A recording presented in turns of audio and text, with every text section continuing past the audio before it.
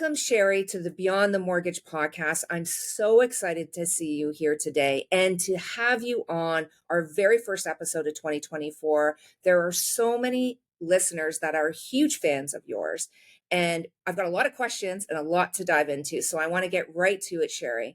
With your extensive background on financing and economics, I need to ask you, what led you to this path? Well, the truth is that I took my first economics course in second year of university because it was offered at 10 o'clock in the morning. No kidding. I had no exposure to economics. I had no idea really what it was all about. And I was a city student, so I commuted and I liked getting all of my classes over with in the morning. And so I had a hole in my schedule at 10 o'clock. And so that was serendipity. But within a few weeks, I really loved it. And my first exam result, the professor wrote at the top of my paper, "You understand the principles so well as a mere beginner, you ought to become an economist." And teachers don't really appreciate how big an influence they can have on people, because as soon as I saw that and he made like a little smiley face, it was like, I'm going to become an economist. And the rest is history. But truly, I think so much of life is serendipity that we all need to just be open to all the possibilities. Yes, absolutely. And it's probably that was your aha moment, right? That's when you knew that was your calling. So, going on that, it's serendipitous and you knew this was your calling. We have to talk about it. There wasn't a lot of female economists when you No, first and began, still right? aren't.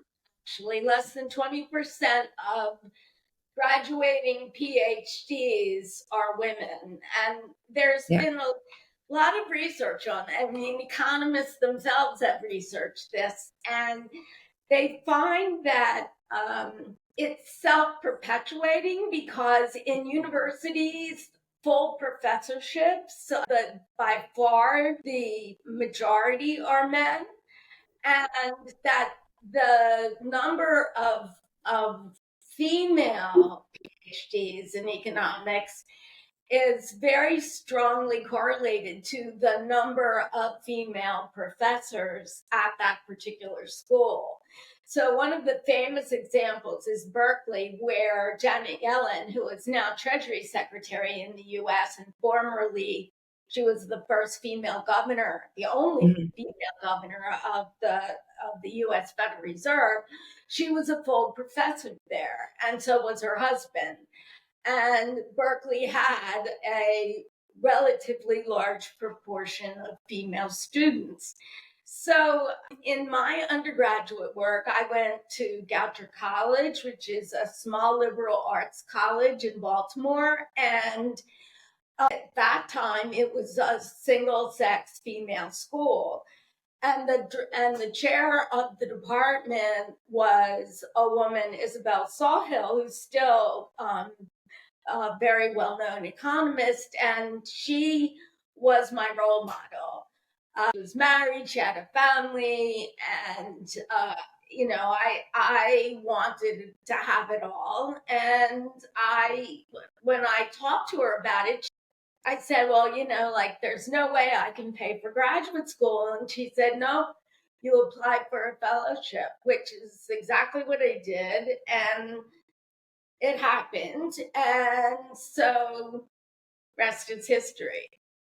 That's incredible. And, speaking on that journey, going through school, and then finally when you do graduate, and then really getting into the aspect of financing and still being in still like we are a male dominated industry, what were the obstacles that you faced when you first entered into the industry after school? Well, the very first was I was married to a professor of economics by the time I got my degree. And he was an associate professor at Miami University, which is in a small town college town, Oxford, Ohio, which was certainly not my favorite place, but it was a great place to write a dissertation because there was nothing else to do. And so no major distractions. And when I completed my work, I applied for a tenure track assistant professorship there. And instead, I did a seminar, which is how you apply in those kinds of positions. I presented a seminar for the faculty, and it went really well. I knew it went well. They told me it went well. But instead of offering me a tenure track position, they offered me an instructorship in a campus that was an hour's drive away. And the comment that was made was that they didn't want my husband and I to be in the economics department because they thought it would give my husband too much power. As though I would always agree with everything he believed. Anyway, at that moment, I said, I'm out of here. Done. There's no way I'm taking this. And I really didn't want to stay in academia anyway. I was only doing it because my husband didn't want to leave at that point in his career. Anyway, there is a publication called Job Openings for Economists that is produced by the American Economic Association. I wanted a real world job, as they called it, and he wanted to continue in teaching. So I looked, where are there a lot of economist jobs? Well, Washington, D.C. And I applied for a job at the Fed. And in fact, the way the Federal Reserve operates is you go in, you do a seminar, but each section of the research department hires independently. So as it turned out, I gave the same seminar. It was a rousing success, and 5 section chiefs offered me jobs. And That's incredible. The capital markets section chief actually told me that he would also give me time to do research. And I really liked him. I accepted the job. My husband taught at American University. And by the way, that dissertation was the runner-up for the Irving Fisher Dissertation Prize that year for all economists. And so it just shows you how unfair Miami University was. So when you say, what are some of the roadblocks? You can't get more discriminating than that. So, it was tough. Now, there had never been a woman section chief at the Fed. So that was a new thing too. I only stayed 5 years. I went to Fannie Mae after that, Federal National Mortgage Association. So I've always, and even at the Fed, I was the economist that followed the savings and loan industry, which in those days was also the primary mortgage lender in the United States. So my background has always been associated with housing because I'm a financial economist, and there's nothing more interest sensitive than housing. So, and housing is truly the transmission mechanism of monetary policy to the economy. And I was at the Fed in the late 70s, early 80s when interest rates skyrocketed.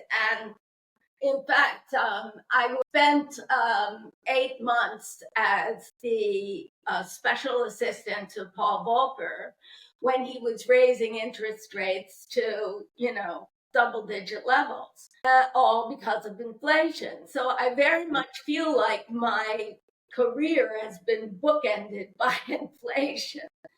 So it was all great experience. And I truly came to Canada because that same husband had gotten a job offer in Canada. He was originally Canadian. Of course, when I met him, he had already become a US citizen. But anyway, he came. We both moved to Toronto. He was chief economist of the Bank of Montreal, and I was an economist at Burns Fry. Okay. And of course, the irony of it all was I ended up being chief economist of the Bank of Montreal, but that's another story. We subsequently divorced many years ago, and that's all ancient history. But, Bay Street, I found fascinating. I loved it. It was so much fun. In fact, the mortgage brokerage industry reminds me of Bay Street in the old days when before the investment dealers were owned by banks, it was a much more entrepreneurial kind of business and much less bureaucratic and much more fun than once all the banks swallowed up the investment dealers. And then, of course, as chief economist of the Bank of Montreal, it was the culture shock for me was just astonishing because Oh, it's I would think so. yeah, Absolutely, from the bank yeah, to exactly. Yeah, no. And I mean, when I sit there, I mean, I've been in the mortgage broker space for over 26 years, and I mean, change is just constant, right? Like if you're not adaptable to change in our industry, it's definitely something that can weigh you down, right? And people will exit the industry just because they're exhausted from all the change that definitely happens, right? And to your point, it's very entrepreneurial, right? Like it's very entrepreneurial. But one thing that comes to mind for me is the mindset piece that I always want to go tie everything back to. Did you have a strong mindset when you were growing up? Is there a shift that happened when you were in school? Was there someone that, like you said, you had a mentor that really gave you some words of inspiration that continued that? Because you seem to just, it was, an obstacle and you still elevated, right, yourself. And a lot of people have a hard time, they get stuck, right? just growing up, I was in a very traditional mid-century family. It was mom stayed home and my dad, he was a lawyer and he went to work every day. And my mom was very active. I mean, she was involved in a lot of charity work and very much involved in my sister and my, activities. Mom was the one that, anybody who needed to volunteer a parent for a field trip, my hand went up. And my grandmother, my mother's mother, Yeah. worked side by side with my grandfather, which was typical of their generation. I mean, like my mother and father were both born during the Depression, and each of their families had their own businesses, ma and pa kind of. One was a grocery store, the other one was in the US it's a packaged liquor store, but it was run by the family.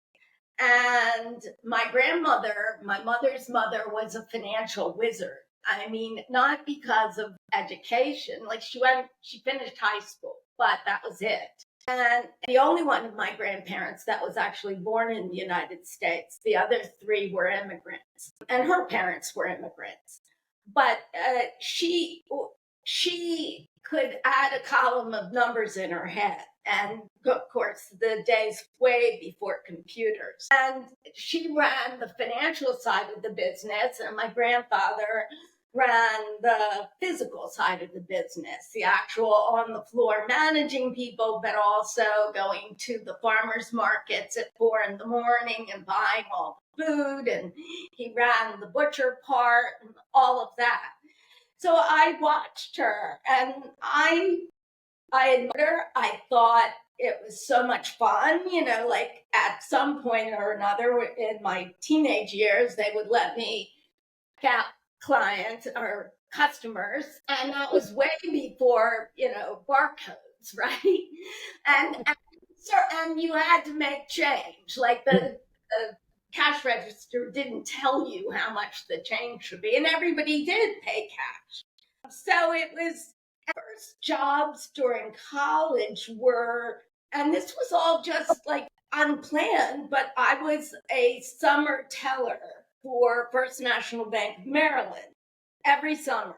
And I knew I could do it because I had women, like one of my grandmother's sisters had left there. They lived in Richmond, Virginia, and my aunt Jean left Richmond at 18 years old with a girlfriend, moved to New York City, both got jobs as secretaries. And my Aunt Jean, by the time I was growing up, ran a mortgage brokerage business in New York. And ultimately, she took it over. She and her husband, but she was by far like the leader of the business. And it had branches all through the East Coast. So I saw successful women, and I therefore knew it was possible. And besides that, growing up, I thought that my father had a whole lot more fun than my mother. Like, yeah, he worked, but the times I would see him in his office, it was clear that he enjoyed what he was doing. And when he'd get home from work, like at 6:30 on the dot, mom would have dinner ready.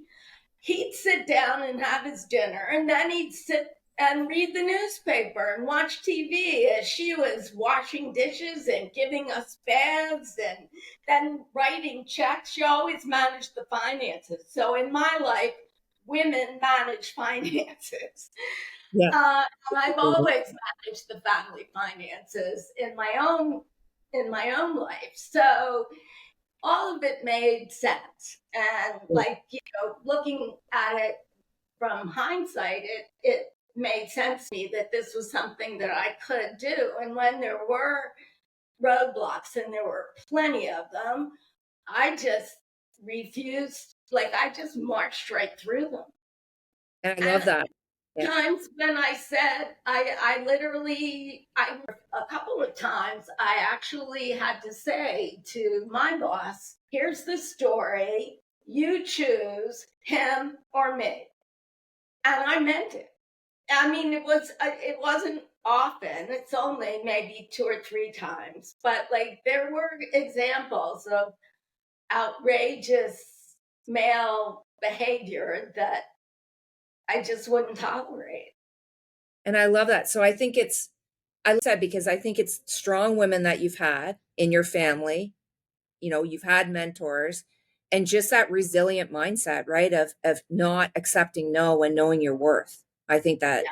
is really the messaging that I'm getting out of what you're saying. And I've seen it time and time again with so many successful people. And, there's people that don't have that luxury of having, that strong mentorship growing up, especially for women, to your point. Even, I know even with my generation of, like, with my parents as well, women, it was always, you had to prove yourself, right? So I kind of always had that mindset, like, you got to prove yourself, and then realizing, hey, I don't need to do this. I'm actually really good in what I know, right? And I'm good in my worth. And I think that I love what you said, because you've really owned that right from the beginning. And I really, I aspire to, that you've had at such a young age. A lot of women, it takes them probably a couple decades to be able to get into that space. So, you know what, I commend you for that. That's amazing. And then look how exceptionally well you've done. For all the listeners that are on a situation where, they maybe have grown up where they don't have that strong, either, female or male presence, especially from the money perspective, the financial perspective. And that's what I do have a strong passion for, is really helping with financial literacy, giving them tools and conversations and stories like yourself that will maybe just take one thing that you say that could totally change their life, right? So that they're in a better position. Because I think it doesn't matter what age you're at, you can change your life with your finances if you just have the right mindset and the right guidance. So what would you recommend to someone that has had some financial struggles and are really trying to get, their feet solid again on financial knowledge? And that, what would you recommend for them to begin with or start with? Well, I wrote a book called The New Retirement. And Yes, I'm going to talk to you it, about that. Yeah. it's not really about retirement. In fact, the new retirement is not retiring, because Yeah. I certainly haven't retired. But what it's lifelong learning is essential no matter what career you're in, Mhm. because of change. The world is volatile, it's uncertain, it's complex, it's ambiguous. We get hit by totally unexpected developments. So we have to be adaptable. And, Charles Darwin pointed out that it's not the biggest or the strongest or the fastest of the species that survive, it's the most adaptable. And so, in this world of ours, if you haven't learned how to use computers or whatever now it's artificial intelligence, but if you can't adapt, if you can't keep learning, you're left behind. And on top of all of that, I realized that the only way to create wealth, aside from, being born with a silver spoon and inheriting it, which I've not inherited a nickel, is to spend less than you earn, which is a concept Yes. that a lot of people don't get. It's not about being able to pick the right stock, because it's like, what difference would it make if you bought Apple at the beginning if you had only $50 to invest? Like you need to wealth, both in terms of your own human capital by making it again more and more up to date, but also in which what I recommended and what I did was always to save 10% of my gross income. And given the way I was paid, because in the businesses I was in, my base salary was relatively low. Most of my income was in bonuses, which allowed me to get a chunk of money, and I used that money first to pay down debt and then ultimately, to invest. And as well, I was lucky enough that in both Burns Fry and Bank of Montreal, I was offered stock options. And at Burns Fry, they weren't really, it wasn't like at the bank where you'd get options as part of your compensation and then they would vest over a period of time. Burns Fry was a partnership, and I had to buy the stock. I didn't have enough money to pay for it, so I borrowed money to buy the stock. Now that makes the interest tax deductible, which in itself is a very attractive piece, taking advantage of that. And then, as luck would have it, our the dividend stock in most years did cover the cost of the interest, but not every year, because we'd have bad years. And so I had to keep my overhead down in order to be able to continue to carry the debt. And that's on top of mortgage debt.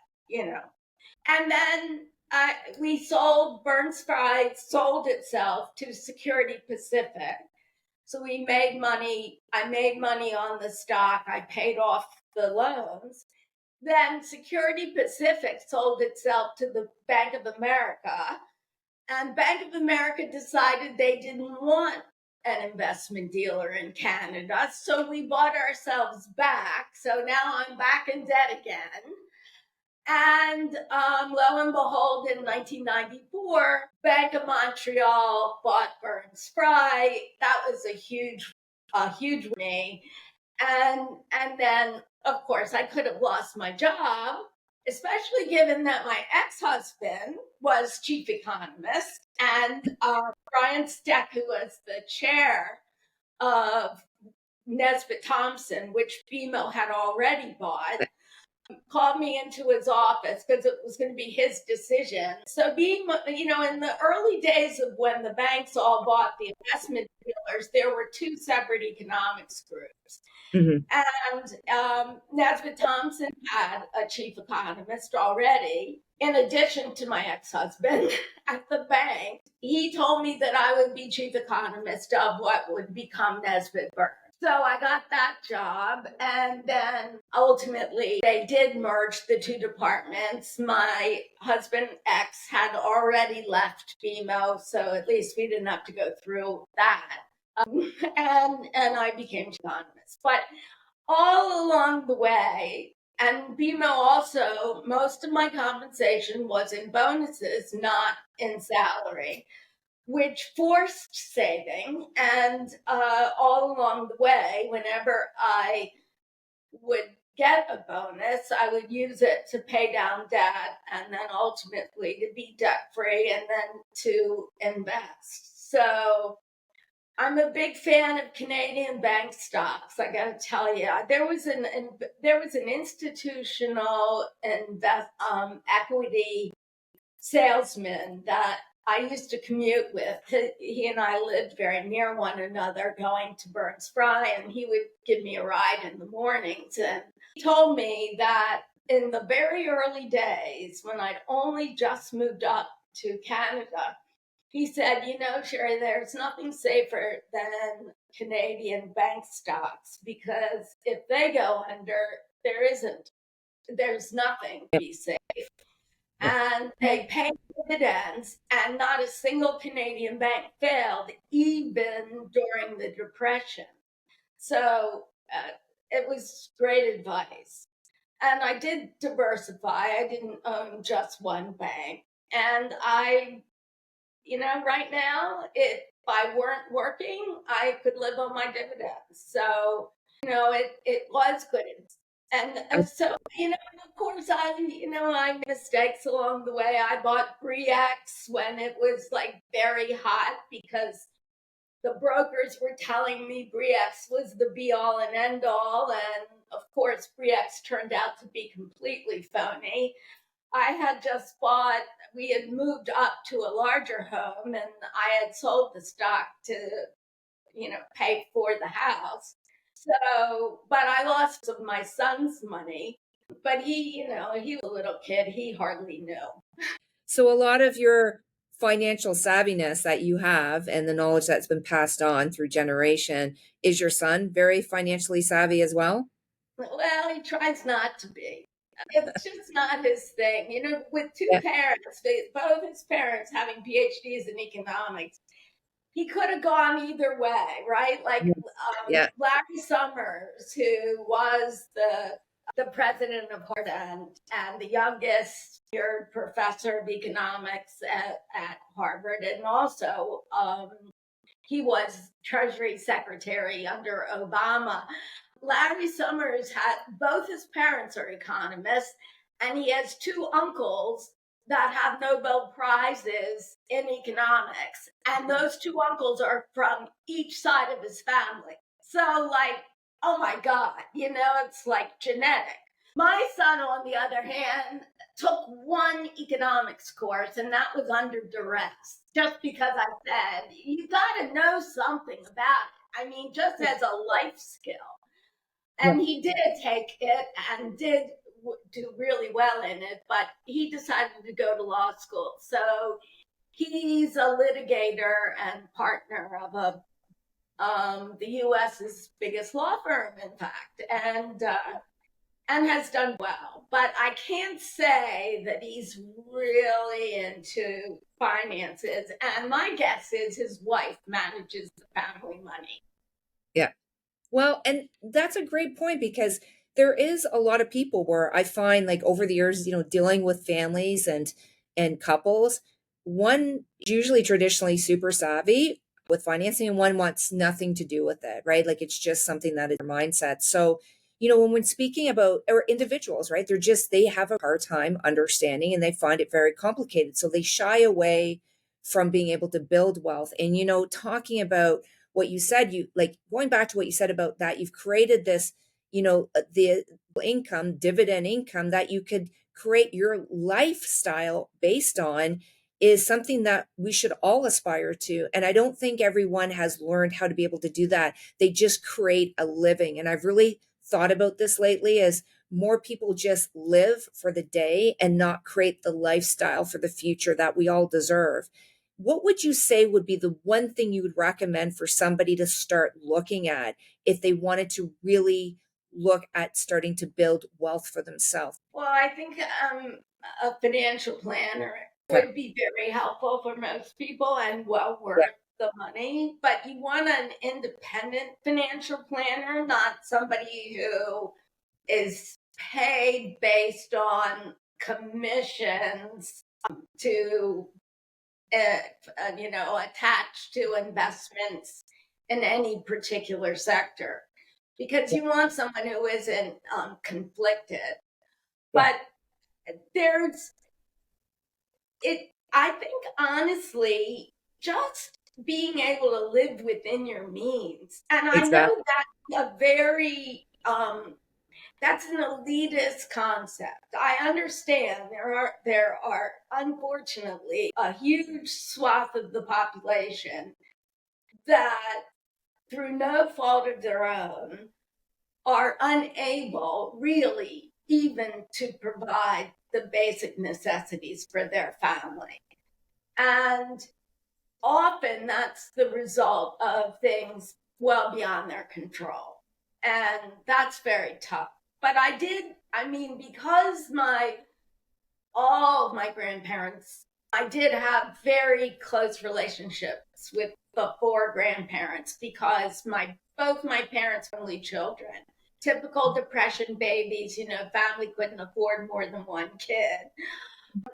Were very frugal. So, my grandmother wouldn't throw away the ketchup bottle until she put water in it and shook it up and then, Yeah. used the dregs.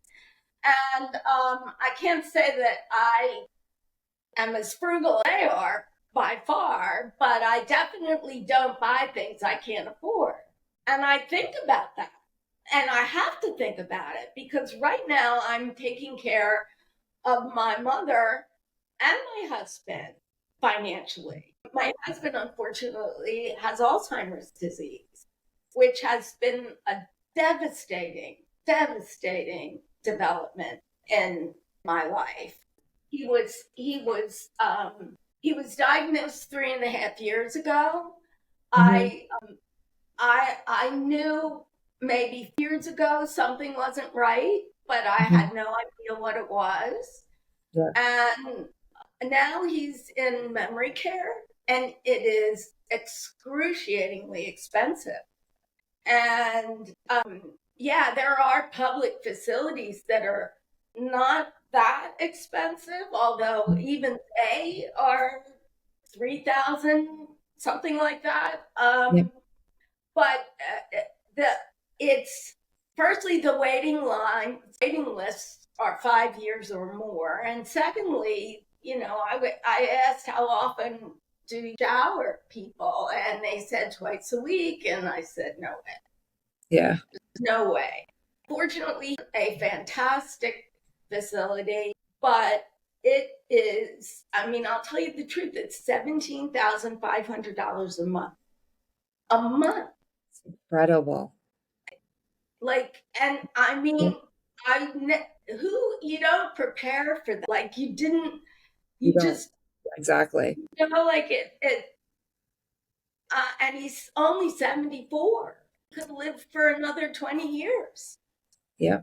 And so, I mean, that's a big nut to crack. It And, is 100%. It's very and, stressful. and so, but like, I can do it. And I can do it because I've been very fortunate and I've had, the education that got me where I needed to be. And I do believe that as a woman, having the credential made all the difference in the world in my field. Yeah. Um, and that fortunately I've saved money, and those, I remember paying for my son went to Harvard undergraduate, and it was, in those days, it was like 50,000 US a year, and the Canadian dollar at one point was 68 cents. And I paid for it with the dividends on my stock. And I paid for it myself, like no one else helped. And I'm proud of it. Like, Yeah, and I mean, it was like me, what better thing can you give your children as a legacy than an education? Nothing. 100%. Yeah, No, nothing. And much better to do it when, like, then, rather than him being burdened with these terrible um, education debts, yes. then, after I'm gone and he's already a senior citizen. I mean, these days, I'm a senior citizen, and my mom I'm taking care of, and she's 92. But my mom, I mean, she's amazing, and she's been an amazing source of strength for me during this period with my Yeah. husband. And you know absolutely, I'll take care of her. She lived just less than a year ago. In May, we finally moved her into assisted living in Baltimore, which is where my sister lives. So Yeah. my sister's taking care of her as I'm taking care of my husband. Oh my goodness. I'm a big fan of yours, but just what you're going through, the resilience you have, my friend, like I definitely, and anyone listening right now, the importance of really making sure that you're strong in your financing and making sure that you really understand, because you said like life can give you unexpected situations. And if you don't have the funds, it could be life changing, and it could not extend someone's life that is in care. Now that your husband is getting exceptional care because you're financially able to do this, it also extends his time as well, right? So, um, you know what? It's so important for people to really understand. And I think it's like what you said, it's keeping it so simple. It's not complicated.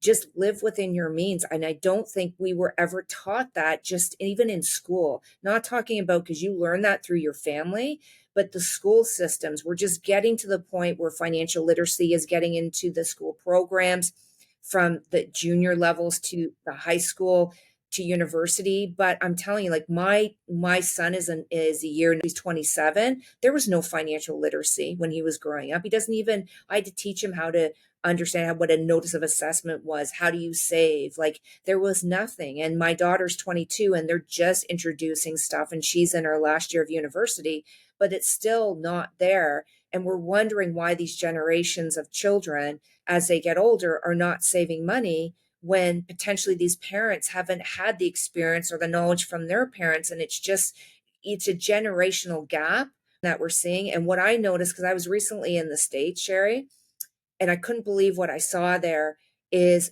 more people were using pay later credit on everything. I On found out, groceries. I used to tell my son, don't you dare ever pay one nickel of interest on a credit card. Yeah. Like, if you can't pay off your monthly credit card bill, then you don't buy it. You just don't buy it. Because it, with my husband's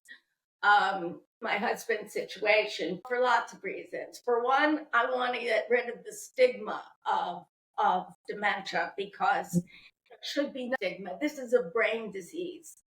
This isn't even mental illness. This isn't, there's a big difference. It's a brain disease the way ALS is a brain disease and Parkinson's a brain disease, Alzheimer's is a brain disease. No different than if you had cancer or any other life-threatening disease. The second part of this is that it's, for example, my husband always had credit cards that I knew nothing about. And I had credit cards that he didn't. Because when we got together, I was 37, he was 38. So, Mhm. we had both had careers, our own thing. And it was nice to be able to buy each other presents that, you don't get the bills for themselves. So, um, but as he got sicker, what I didn't know was that he didn't pay his bills. Like he wasn't like only much later, once I finally got power of attorney over finances, and I had you wouldn't believe what I had to go through. It took me 6 months to get the the credit card banks with the credit cards as well as American Express to give me full visibility into his account. And by the time I got that, I discovered that he owed $15,000 in interest because the interest on these cards was 19%. And each month there's interest on the interest. Exactly. Yeah. And it's so outrageous and it adds up so quickly. And, I'm begging them, just let me pay them. That's all I wanted to do is like clear the decks here. And what I had to go through and, I had to take him to the bank and have him sign things where he really didn't know what he was signing. Like I already had all the legal papers, but they just didn't believe me. And Mm. such a runaround. And as it was going on, the cost was piling up. It's a nightmare. And it was a nightmare for me. I can only imagine what it's like. I mean, aside from the fact that you're losing, your friend, the love of your life, Yes. you're also dealing with, he talked to scammers on the phone and he let them into his computer. They stole his social insurance number, his credit card number. We were robbed. Somebody went into a BMO branch far away from here and took $3,000 out of our account. Ultimately, I did get the money back because I reported it to the police. I did all the forms. I put uh, these lists on Equifax, TransUnion, and therefore BMO wouldn't pay. They have insurance for this. But I mean, the steps that you have to go through, it's like a full-time job. And it's a nightmare. And so I want the world to know that this can happen to anybody. And Exactly.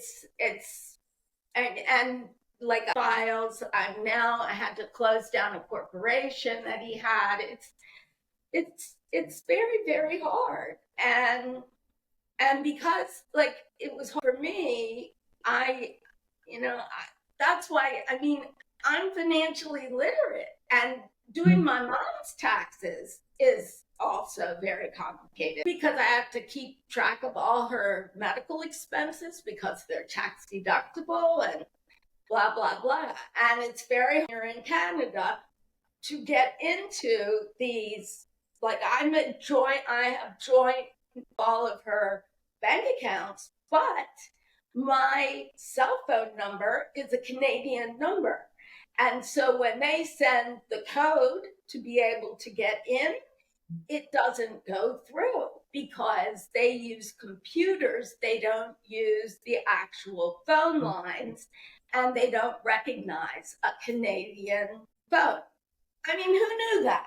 It's mind boggling. The snowball, right? When you're in such a, and I listen, and I know where you're coming from, not only like from a personal side, like I just recently had lost my father and what we have to deal with, just from even the finance side of it, it's really hard and you have to work on it right away. Like when someone passes and just dealing with clients that have lost a loved one and financially what they have to go through, to your point, to be able to get access to accounts if nothing's been done in advance.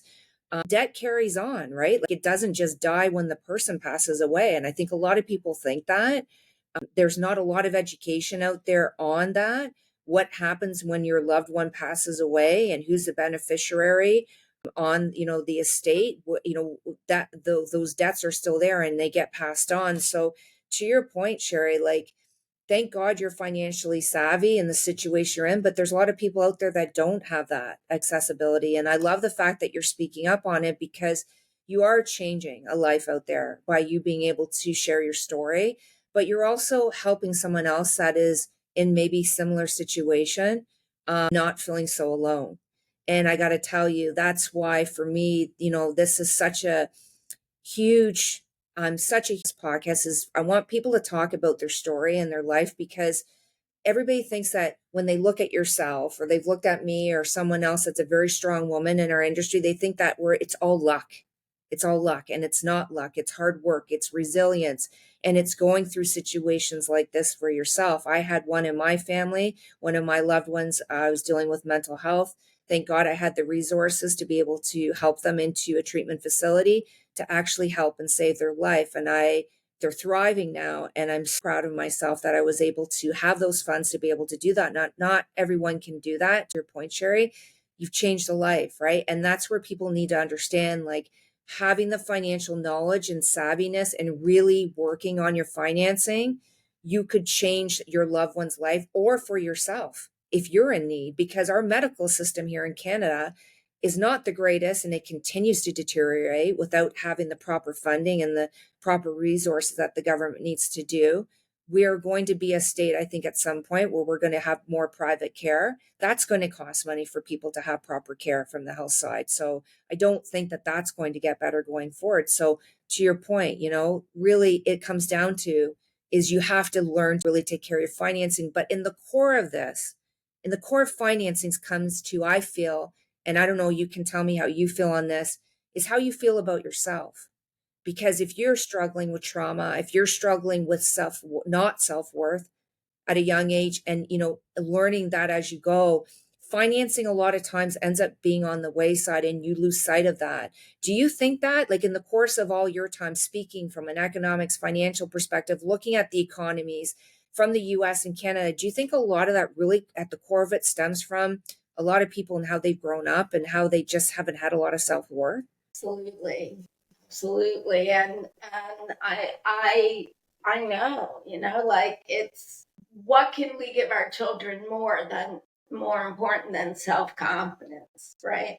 I I know. mean, and you know, I'm fortunate, you're fortunate, we had families that were supportive. Not totally, and nothing's perfect. And there, adversity, I think that actually, if you had adversity at a young age, it can make you stronger. Can 100%. Yeah. 100%.